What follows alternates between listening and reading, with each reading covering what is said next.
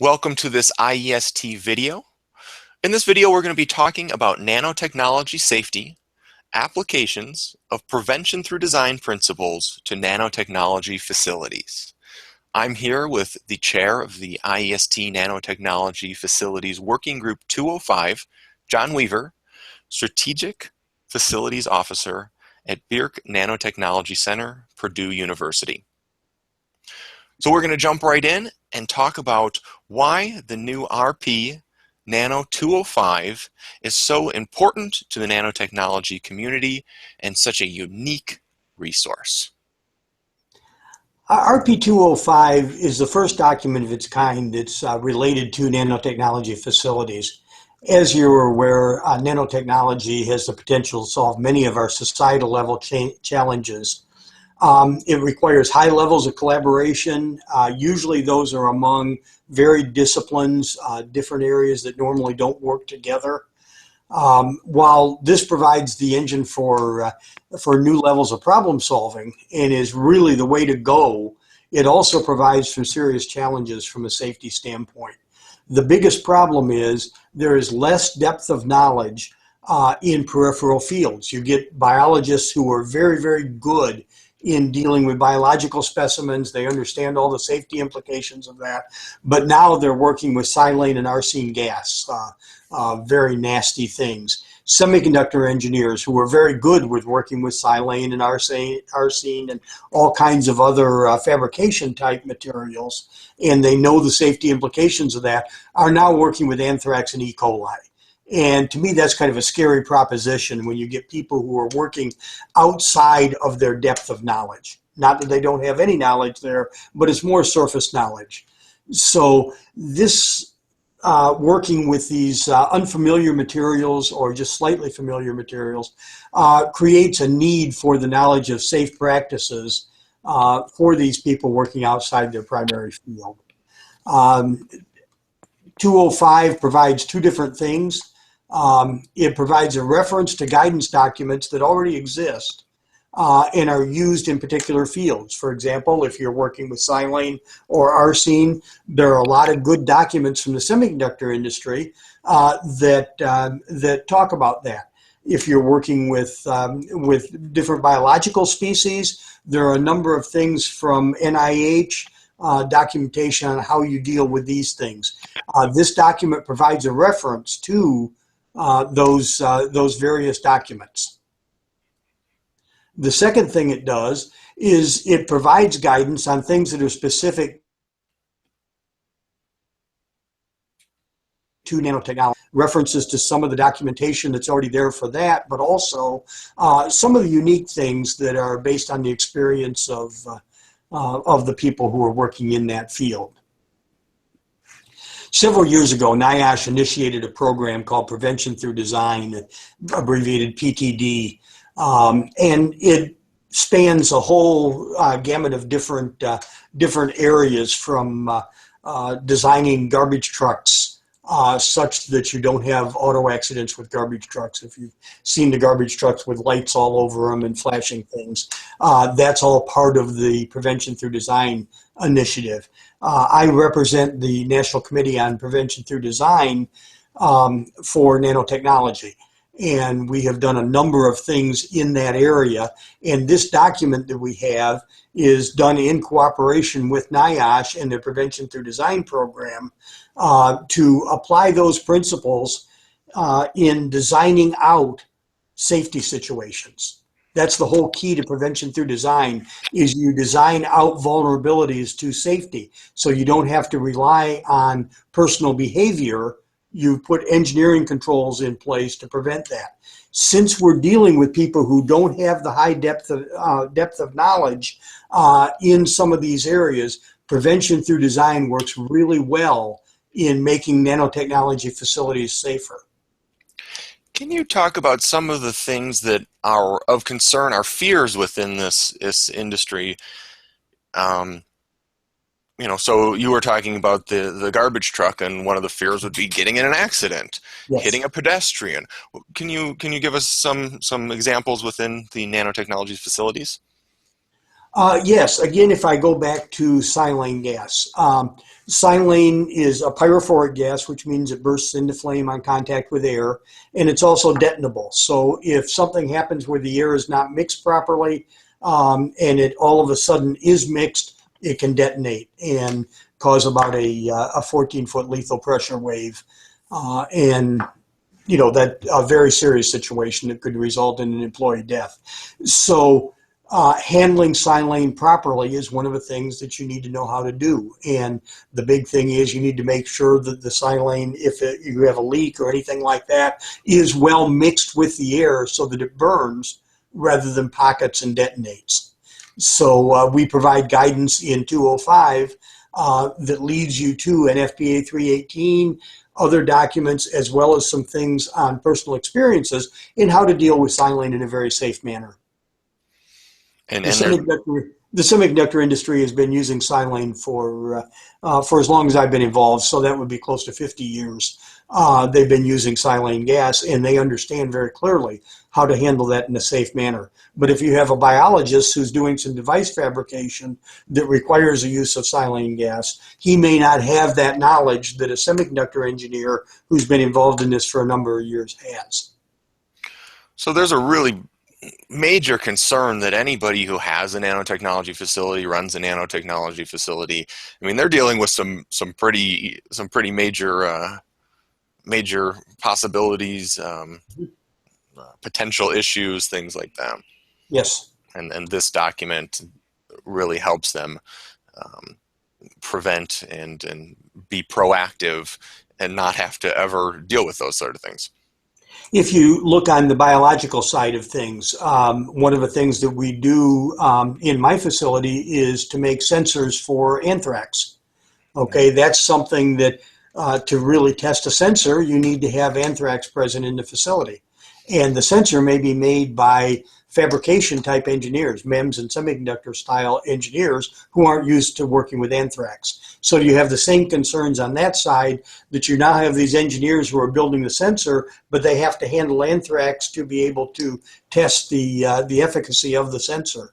So that's where this document will lead you to the appropriate guidance. Biologists have dealt with things like anthrax and much worse for many, many years, and they understand how to handle those things, but a semiconductor background engineer may not.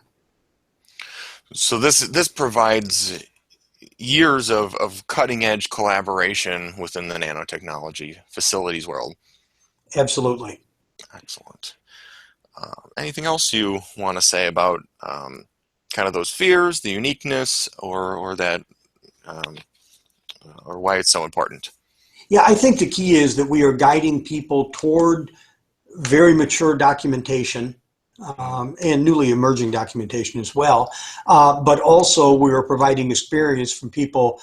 From the nice thing about an RP is it's written by a variety of people with different backgrounds. So we have people from the nuclear industry, for example, who may be using nuclear labeling in some nanoparticles, things like that, and they provide guidance on how to handle things and also steer us toward the NRC documentation on how to handle radioactive materials. Mm-hmm. So it's a very broad spectrum, and the people who wrote the document come from a very broad spectrum. So we do have that deep knowledge involved in writing the document. And to an extent, something everybody knows, it's almost like an encyclopedia where you want it on your desk, you want to have quick access to it. This is just something you should have. Yes, absolutely. Everybody should have it. I used to work with a guy, he always said, you just got to have it, right? Yes. Yep. So with that in mind, you just got to have it. Who's this really for? It is a must-have for anybody involved in nanotechnology, whether it's research or production, all the way through that whole thing. If you're involved in anything cross-disciplinary, whether it's nanotechnology or not, that's involving things like nuclear, like biological species, hazardous materials from various different areas. Excuse me. Mm-hmm. You need to have this particular document. Whether you're designing a facility architects, engineers, that kind of thing, or whether you're going to be operating in one of these facilities. You really need to have this document. It really runs the whole thing of how to design out the problems. That could be in a new building, that could be an existing building, it could be processes that are going on. You can actually look at this and say, you know, if I put these different controls in, I don't have to worry about whether people are obeying the rules. So that's one of the key functions of prevention through design is people tend to shortcut things, and they could put themselves in danger if they do that.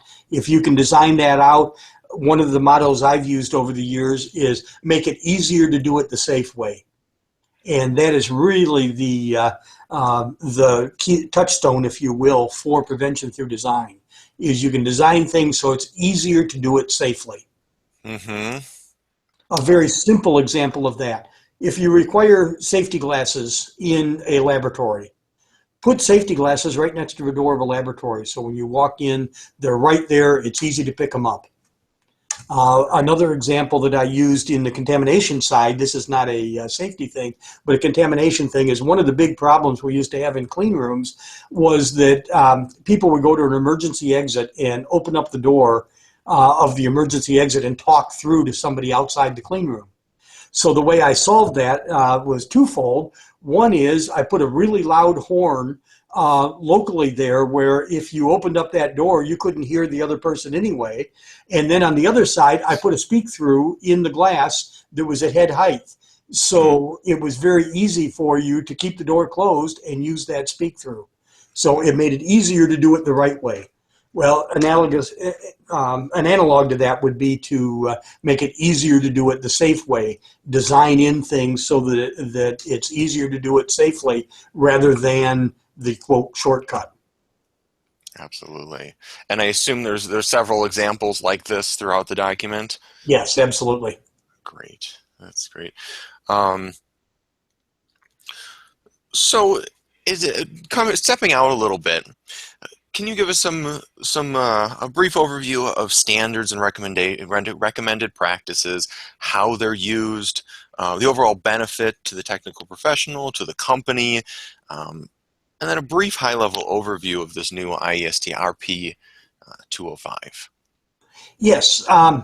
First of all, the Standards and Recommended Practices program at IEST is very mature. It's been going on for longer than I've been involved. I've been involved for more than 40 years with IEST, and it's been going on since before my time. The key to it is it's developed by well-known professionals in a wide variety of categories. I kind of talked about that earlier, but we have people with deep levels of knowledge in a number of different areas, and they all bring this together as you're putting together a recommended practice. Now, you can use a recommended practice in a lot of different ways. One of the things I like to do is use that as a template when I'm writing a very specific specification, when I'm either building a facility or doing some kind of a new process in operating the facility. It makes a very nice template. You take the RP, modify it to your particular needs for your facility, and then you turn that into a spec. An RP is not a spec in itself, but you can write it as a spec as an individual. They also can be used as an educational document. If you're involved in doing something where you don't have as deep a knowledge as you'd like to have in that area, reading through one of these RPs that's written by people who do have a deep knowledge can help bring you up to speed on that. A third use of it is I'll use an RP in generating my training documents of how to do a particular practice. A good example of that might be RP 18, clean room housekeeping. I've used that for many times over the years. And the first thing, if I'm having contract housekeeping come in, I am going to use RP 18 as a specification to give to them to bid on doing my housekeeping procedure. So I'll use RP 18, I'll modify it for my facility, and then write it as a spec. Second thing, if I'm not doing external housekeeping, I'll use that as a basis for training for my internal housekeeping personnel. So I'll write my training documents based on the information that's in RP 18. And then finally, if I've got a new engineer coming on board and I want him to take over the housekeeping responsibility, one of the first things I'll do is give him a copy of RP18 and tell him to study this document, and it helps him to learn what he needs to do.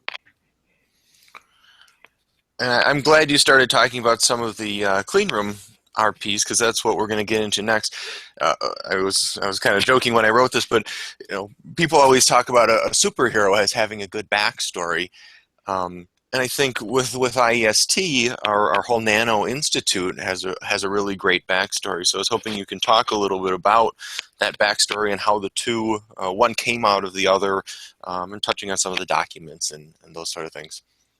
Absolutely. The IES, Institute for Environmental Sciences, is an old society, and it joined forces back in the 1960s with the American Society for Contamination Control.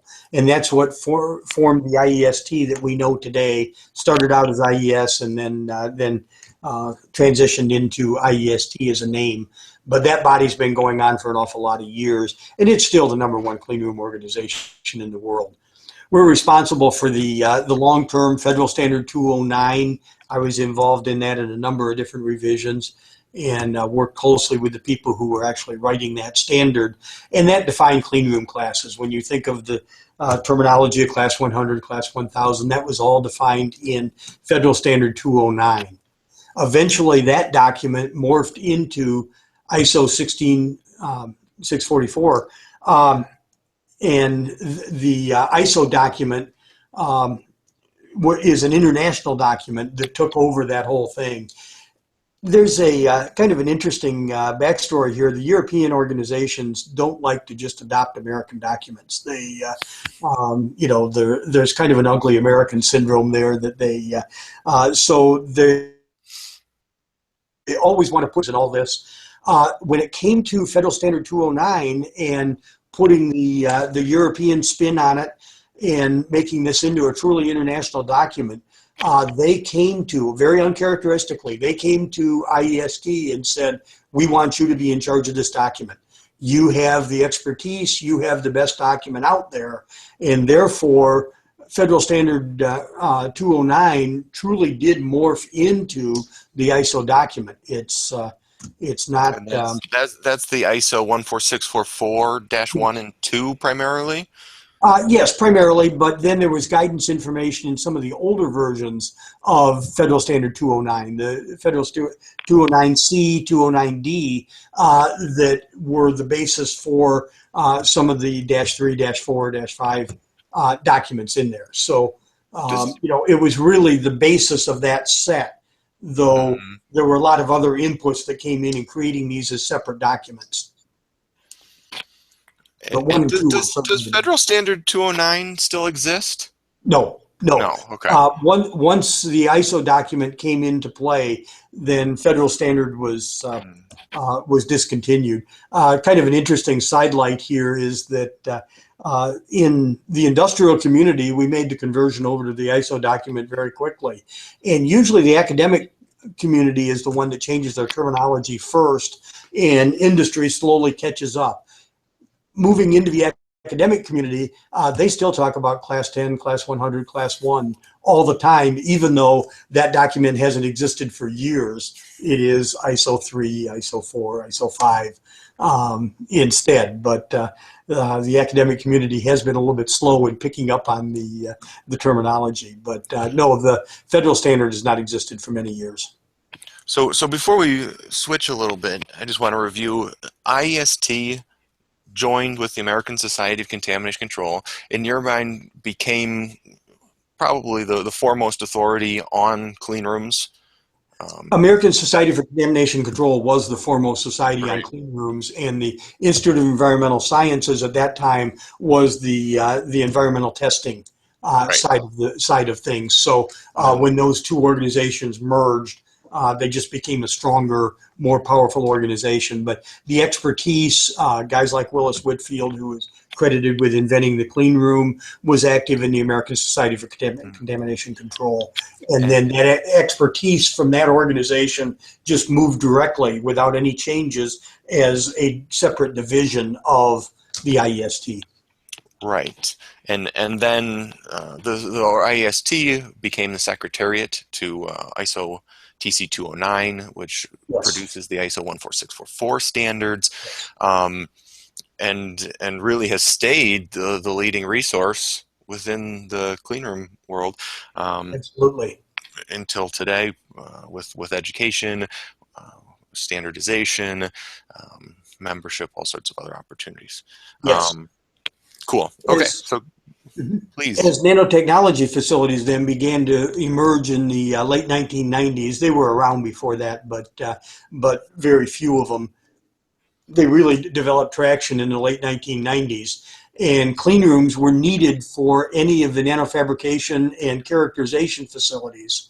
And as the experts in clean rooms, the IEST became was recognized immediately as the most knowledgeable group in that area, and therefore nanotechnology facilities have been a major impetus of IEST. Nanotechnology facilities come in two flavors, if you will. Bottom up nanotechnology involves wet chemical processes, and they're generally done in traditional chemical laboratories. We're not really involved that much in those. Top down nanotechnology, on the other hand, must be done in a clean room. Any type of contaminant can cause an incorrect measurement, a failed device, something along these lines. Every particle has a chemical signature, and therefore particles that are diffused into wafers, that kind of thing, either can mislead a researcher, not allow his research to be repeatable, all kinds of things like that, or can cause a loss of a production part, influence yield, things like that. So cleanliness has become known as, it always has been, but has become very much recognized as an enabling factor, easy for me to say, enabling factor in both research and production. So the strong overlap between clean rooms and contamination control with nanotechnology, coupled with the strong growth in the nanotechnology field, caused IEST to create a nanotechnology institute within the contamination control division. So we have a lot of active work going on in nanotechnology. Now, the first specification, or first recommended practice, actually, chaired by Ahmed Suwaid, is RP200. And that serves as an overview, generalized outline of how to build a nanotechnology facility. Now that's being used to spin off different RP documents from that in very specific fields. And nanotechnology safety was considered to be the most important one, and therefore that is the first document that we're using to spin off of that RP200 that goes into much greater detail in how to design safety into a nanotechnology facility. Two more documents are currently underway in the development stage. RP207 will deal with vibration criteria and measurement and reporting of vibration data for nanotechnology facilities. And RP208 will be outlining methodologies for testing aerosol nanomaterial containment devices. Obviously, these nanoparticles can permeate all kinds of different areas, and you really want to know both the efficacy and the efficiency of a containment device for that. And this RP, which is in the development stages right now, will give some good specific information on that. But these are all kind of subsets of RP200, which is the overview document, but these have the real meat in them. And really, with IEST's background in this foundational knowledge, which is contamination control, these are designed, especially 200, to be the cornerstone documents within this emerging world of nanotechnology facilities. Absolutely. And there's really nothing else like them, as far as I understand. Right. That is definitely true.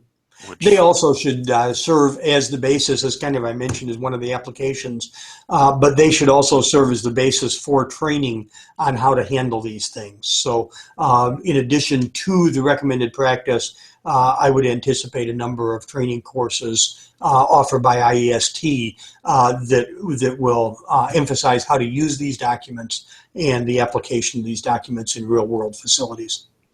And as you said, with training, these are all this is something that would apply to anybody coming up into the nanotechnology industry, to a student, to a professor teaching, a college with a nano program that has a library. Um, I mean, they're Absolutely. really they're very important documents, I think is what you're saying. Yes, absolutely. That's beautiful. So let's wrap up. Tell us three things that you find particularly interesting, exciting about IEST Nano 205. 205 introduces and describes the principles of prevention through design, the NIOSH initiative that relaxes safety procedures by designing safety into the facility. That's extremely exciting to me. Facility, equipment, and processes, all three. Not just a facility, but equipment and processes as well. That makes an operational facility inherently safe.